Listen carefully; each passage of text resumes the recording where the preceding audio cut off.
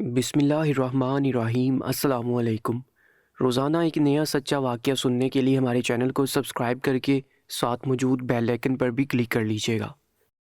سلطان محمود غزنوی بھی اور بادشاہوں کی طرح شکار کا بے حد شوق رکھتے تھے۔ آج بھی وہ اپنے شوق کو برقرار رکھنے کے لیے جنگل میں آئے تھے، لیکن بدقسمتی سے اپنے کچھ سپہ سالاروں کے ساتھ جنگل کا راستہ بھٹک گئے تھے۔ انہیں شکار کا بے حد شوق تھا اور وہ ہر 2 ماہ بعد ایک بار ضرور جنگل میں شکار کرنے کی غرض سے آتے تھے۔ اکثر اوقات وہ اپنے خاص وزیر اور 1-2 سپاہیوں کے ہمراہ ہی آتے تھے، لیکن اس بار وہ اپنے کافی سارے سپہ سالاروں کے ساتھ آئے تھے اور شکار کی چاہ میں اتنی دور نکل آئے تھے کہ وہ واپسی کا راستہ بالکل ہی بھول چکے تھے۔ انہیں بالکل سمجھ نہیں آ رہا تھا کہ ان لوگوں کو کس طرف جانا ہے۔ وہ لوگ فجر کے وقت جنگل میں آئے تھے۔ عصر کا وقت ہو گیا تھا، لیکن راستہ ڈھونڈنے میں ناکام ہی ٹھہرے تھے۔ سلطان محمود غزنوی پریشان ہو رہے تھے کیونکہ انہیں اب اپنے محل واپس پہنچنا تھا، لیکن وقت کی رفتار بالکل بھی تھمنے کا نام نہیں لے رہی تھی اور ان کی پریشانی حد سے سوا تھی۔ ان کے ساتھ موجود کچھ سپہ سالار ظہر کی نماز کے بعد واپس لوٹ گئے تھے اور کچھ سپہ سالار سلطان محمود غزنوی کے پاس ہی رک گئے تھے۔ ان کے پاس چند ایک ہی سپہ سالار تھے، باقی کو انہوں نے ظہر کی نماز کے بعد واپس محل کی طرف روانہ کر دیا تھا۔ کچھ سپاہیوں کو واپس کرنے کا مقصد بھی یہی تھا کہ وہ لوگ دن کے اوقات نکل رہے تھے، یعنی انہیں راستہ آرام سے مل جاتا۔ انہوں نے یہی سوچا تھا کہ وہ سپاہی جاتے جاتے ان کے لیے کچھ نشانیاں چھوڑ جائیں گے تاکہ جب وہ لوگ محل کی طرف روانہ ہوں تو انہیں راستہ ڈھونڈنے میں مشکل پیش نہ آئے۔ لیکن ان لوگوں نے جتنا بھی راستہ اب تک تلاش کیا تھا، اس میں انہیں ابھی تک اپنے کسی بھی سپہ سالار کی طرف سے چھوڑی ہوئی نشانی نظر نہیں آئی تھی، اور یہی ان کی پریشانی کو بڑھا رہی تھی۔ وہ لوگ یہی سوچ رہے تھے کہ وہ کسی غلط راستے کی جانب آ چکے ہیں، جب بھی انہیں ابھی تک راستہ نہیں ملا۔ ان کے سپہ سالار بھی کافی سے زیادہ تھک چکے تھے، ان کا حال بھی چلنے کی وجہ سے بے حال ہو چکا تھا۔ ایک پل کو سلطان محمود غزنوی کا دل کیا کہ وہ تھوڑی دیر کسی پیڑ کے سائے تلے آرام کر لیں، لیکن وہ لوگ بیٹھ بھی نہیں سکتے تھے کیونکہ وقت بہت تیزی کے ساتھ گزر رہا تھا اور اس گھنے جنگل میں مزید رکنا کسی خطرے سے خالی نہ تھا۔ وہ بار بار آسمان کی جانب پریشان نگاہوں سے دیکھ رہے تھے اور اللہ سے فریاد کر رہے تھے کہ کسی بھی طریقے سے انہیں راستہ نظر آ جائے تاکہ وہ اپنے محل واپس روانہ ہو جائے، کیونکہ اب انہیں اس جنگل سے وحشت سی آ رہی تھی۔ صبح سے یہ وقت ہو گیا تھا، بھوک اور پیاس سے بھی ان کا جسم کافی نڈال ہونا شروع ہو چکا تھا۔ ان کے گھوڑے بھی کہیں دور چھوٹ چکے تھے اور چلنے کی وجہ سے ان کے پاؤں بھی تھک چکے تھے۔ چہرے سے تھکن کے آثار واضح نظر آ رہے تھے۔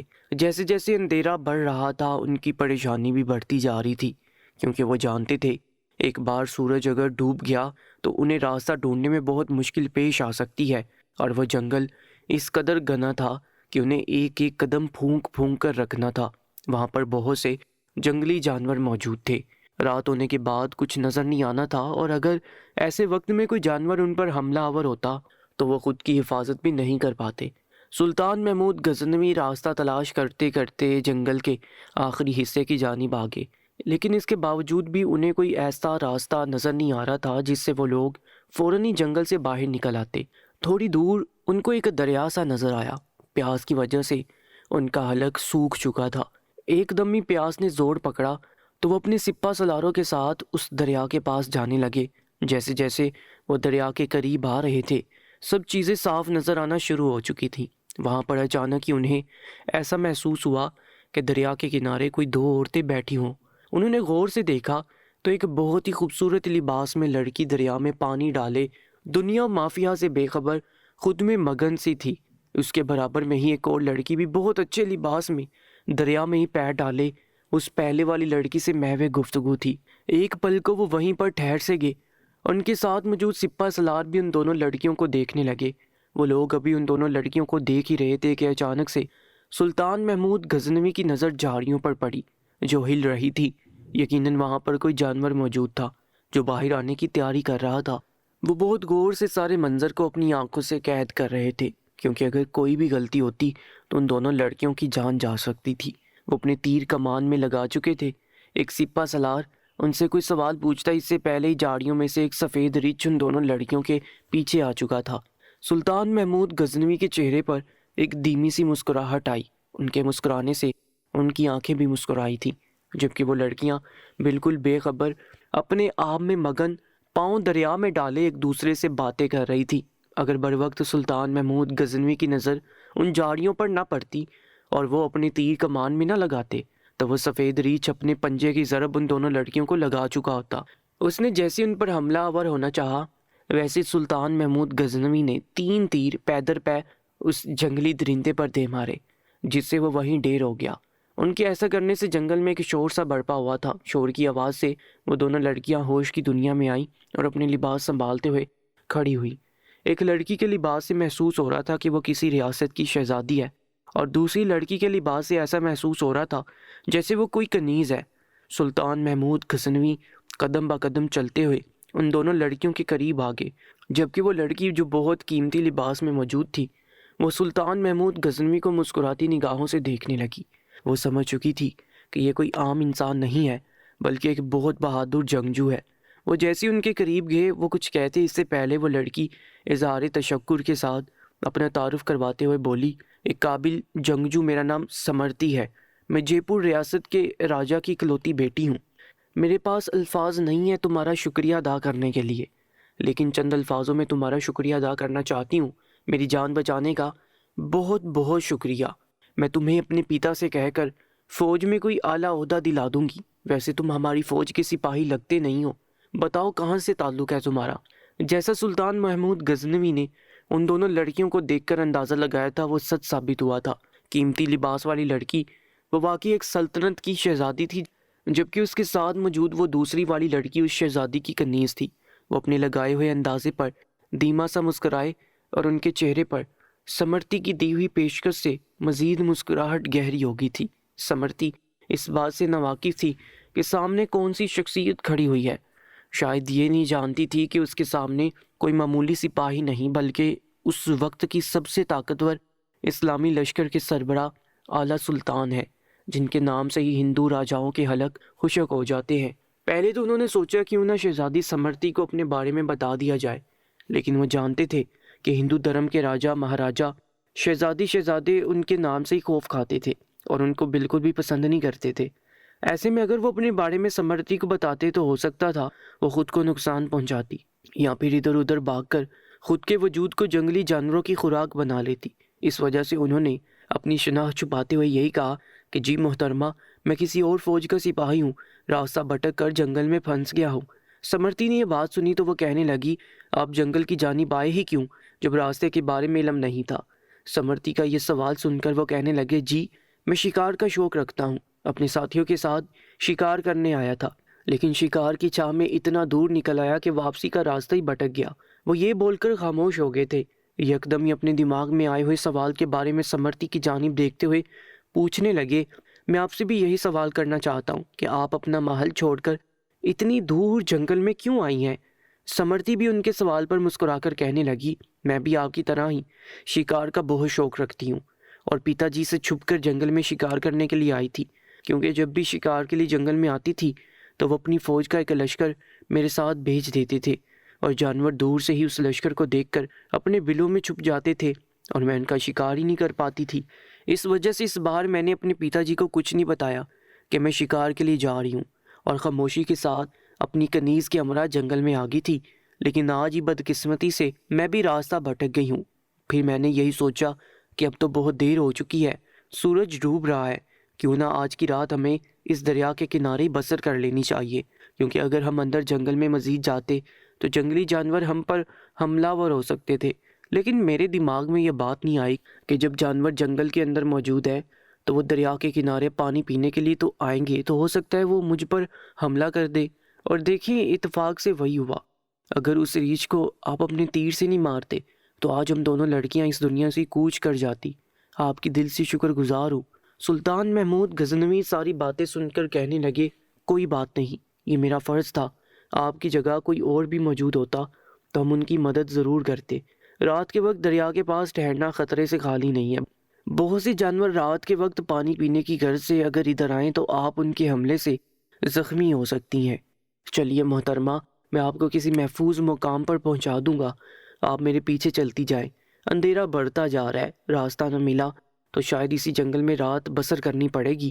اگر اکیلے رات بسر کریں گی تو ہو سکتا ہے جنگلی جانور ایک بار پھر آپ پر حملہ آور ہو جائے اور آپ کی بے خیالی کی وجہ سے آپ کو جانی نقصان ہو جائے۔ میں نہیں چاہتا کسی سلطنت کی شہزادی زخمی ہو کر اپنے محل واپس جائے۔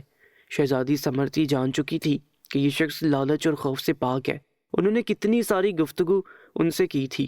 وہ سلطان محمود غزنوی کی نگاہوں کو ہی دیکھ رہی تھی جو جھکی ہوئی تھی۔ انہوں نے ایک بار بھی انہیں میلی نگاہ سے نہیں دیکھا تھا، جبکہ جس لباس میں موجود تھے وہ تھوڑا بڑھنا بھی تھا، لیکن اس کے باوجود بھی سلطان محمود غزنوی نے اپنی نظریں جھکائی ہوئی تھی۔ سمرتی نے جب ان کی آنکھوں میں حیا دیکھی تو خود کو محفوظ محسوس کر کے ان کے پیچھے پیچھے چلنے لگی۔ وہ لوگ اب جیسے جیسے آگے بڑھتے جا رہے تھے، راستے مزید کٹھن ہو رہے تھے۔ سلطان محمود غزنوی کے ساتھ موجود سپاہی بھی ان راستوں کی وجہ سے پریشان ہو رہے تھے، جبکہ وہ نازک اندام شہزادی کا بھی برا حال تھا۔ لیکن سلطان محمود غزنوی نڈر انداز میں ساری چیزوں کو پیچھے چھوڑے آگے بڑھتے جا رہے تھے۔ جنگل کی خاردار جھاڑیوں کی وجہ سے شہزادی کا پیراہن مختلف جگہ سے چھلنی ہو چکا تھا۔ وہ بار بار اپنا لباس سنبھالنے میں ہلکان ہو رہی تھی۔ شہزادی تھکاوٹ سے چور ہو چکی تھی۔ سلطان محمود غزنوی سانس لینے کے لیے ایک پل ٹھہرے تو ان کی نگاہ شہزادی پر پڑی، جو کمر پر ہاتھ رکھے کافی گہرے گہرے سانس لے رہی تھی۔ سلطان نے ایک نظر ان کے وجود پر ڈالی اور دوسری نگاہ انہوں نے ڈالنا گوارا بھی نہیں کیا۔ شہزادی کو ایک سخت پتھروں اور درختوں کی اوٹ کی طرف اشارہ کرتے ہوئے کچھ پل سوچا اور شہزادی سمرتی کی جانب دیکھتے ہوئے کہنے لگے، آپ ادھر آرام کر لیں، رات کی تاریکی بڑھ رہی ہے۔ ایسے میں 2 عورتوں کے ساتھ مزید جنگل میں سفر کرنا آسان نہیں ہے۔ آگے کے راستے مزید کٹھن ہو سکتے ہیں۔ ایسے میں آپ کو بہت دشواری کا سامنا کرنا پڑے گا۔ موسم میں بھی تغیر کے آثار ہیں۔ ہم لوگ بھی یہیں آرام کے لیے ٹھہر جاتے ہیں۔ صبح سب نکلیں گے اور آپ بے فکر رہیں، میں صبح ہوتے ہی آپ کو کسی محفوظ مقام پر پہنچا دوں گا۔ سمرتی کافی دیر تک سوچتی رہی، لیکن اس کے پاس سلطان پر اعتماد کرنے کے علاوہ کوئی دوسرا راستہ نہ تھا۔ اگر وہ ان لوگوں کی مدد نہ لیتی تو بہت نقصان اٹھاتی، اور ان کی مدد لیتے ہوئے بھی ان کے دماغ میں عجیب عجیب سے خیالات آ رہے تھے کہ ہو سکتا ہے کہیں یہ لوگ ان کی عزت کے لٹیرے نہ بن جائیں۔ سلطان محمود غزنوی جو شہزادی سمرتی سے قدرے فاصلے پر بیٹھنے لگے تھے، اچانک ہی ان کی نظر ایک بار پھر ان کے وجود پر پڑی۔ سمرتی خود میں ہی سمٹنے کی کوشش کر رہی تھی۔ انہوں نے فوراً ہی محسوس کر لیا شہزادی اپنے بیش قیمت مگر قدرے باریک لباس میں جنگل کی ٹھنڈی رات شاید نہ گزار سکے۔ ان کا لباس جگہ جگہ سے پھٹ بھی چکا تھا۔ سلطان نے اپنی موٹی چادر شہزادی کی طرف اچھال دی اور معنی خیز نظروں سے شہزادی کو دیکھا، جیسے کہہ رہے ہوں یہ اوڑھ لیں، سردی رک جائے گی۔ شہزادی نے بلا جھجک چادر اوڑھی اور ٹیک لگا کر درختوں کی اوٹ میں پاؤں پسار لیے۔ سلطان محمود غزنوی اب خاموشی سے آگ جلانے لگے تھے، جبکہ شہزادی سمرتی اپنی خوبصورت جھیل جیسی نگاہیں سلطان کے چہرے کی طرف ہی جمائے ہوئے تھی، جبکہ سلطان محمود غزنوی ابھی تک نظریں جھکائے ایک قریب پڑے بڑے پتھر پر بیٹھ کر آگ جلانے کی کوشش کر رہے تھے، اور ان کے ساتھی بھی آگے پیچھے خاموشی سے بیٹھے ان کی ساری کارروائی دیکھ رہے تھے۔ ان دونوں نے ایک ایک بار سلطان کو یہ کام کرنے سے روکا تھا، کیونکہ وہ لوگ یہ کام خود کرنا چاہتے تھے۔ سلطان محمود غزنوی ایک سلطنت کے بادشاہ تھے اور ان پر یہ کام زیب نہیں دیتا تھا، لیکن جب وہ شکار یا پھر گشت کے لیے نکلتے وہ بالکل عام انسانوں جیسے ہی سارے کام کرتے۔ ان کی انتھک محنت کے بعد بالآخر آگ جل لی گئی۔